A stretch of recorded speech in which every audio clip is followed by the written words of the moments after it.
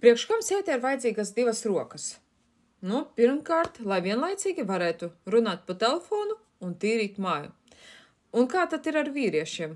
Vīriešiem vienkārši vajag izdarīt izvēli starp čipsiem vai saldējumu. Labi, jokus pie malas, un šobrīd nākamais zelta likums parunāsim par to, ka jābūt ir pārpilnībā, nevis deficītā. Tas nozīmē, tad, kad tu iegrimsti tādā kā stāvoklī, vīrietis ir tas vienīgais, neviena cita nav, viņš ir tāds neatkārtojams, cits neviens neatnāks pie viņas, tad tas nozīmē, ka tu konkrēti, tu esi ieceklējusies viņā un ievieto sevi tādā kā deficītā, taču patiesībā uz Zemes planētas ir 3 miljardu vīriešu. Tas ir bezgalīgi daudz. Un tu vari iepazīties un veidot attiecības ar absolūti jebkuru, mēģinot iegūt vienīgo, novedot viņu pie tādas neatkārtojamas vērtības virsotnes uz piedestālu uzliekot savu vīrieti. Tāpat tas ir tāpat, kā iztēloties, piemēram, nopirkt maisu, lielu maisu ar kiršiem, un nejauši izkrīt viens gabals kirša.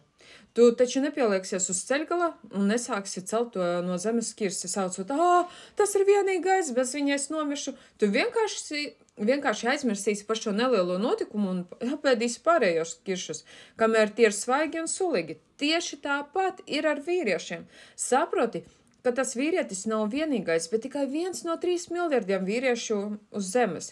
Viņš atrodas daudzveidīgā vidē ar dažādiem vīriešiem kopā - jauniem, vecākiem, tieviem, resniem, muskuļotiem, gariem, īstiem, blondiem, brunetiem, un ir daudz, visdrīzāk pat arī daudz foršāki vīrieši, vēl labāki nekā tavs esošais, un tāpēc vienmēr saglabā šo pārpilnības apziņu savā dzīvē un savā prātā un savā zemapziņā, ko darīt, kamēr tu nesi precēta un nav nopietnas attiecības, veido dzīvē pārpilnību ar vīriešiem, iepazīsties, sarunājies, dodies uz randiņiem, ļauj viņiem sevi iemīlēties, bet nesniedz iespēju ar katru nodarboties un līdz gultā, jo tādā veidā tu vienkārši sabojās savu reputāciju.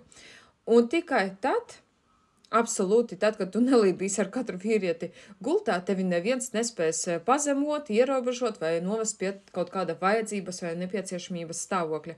Tāpēc noteikti ievēro visus šo zelta likumus, kurus esmu iepriekš minējusi, un vienkārši tu jutīsies laimīga ar esošo vīrieti, kā skaista, spēcīga karaliene, kas valda pār vīriešu sirdīm.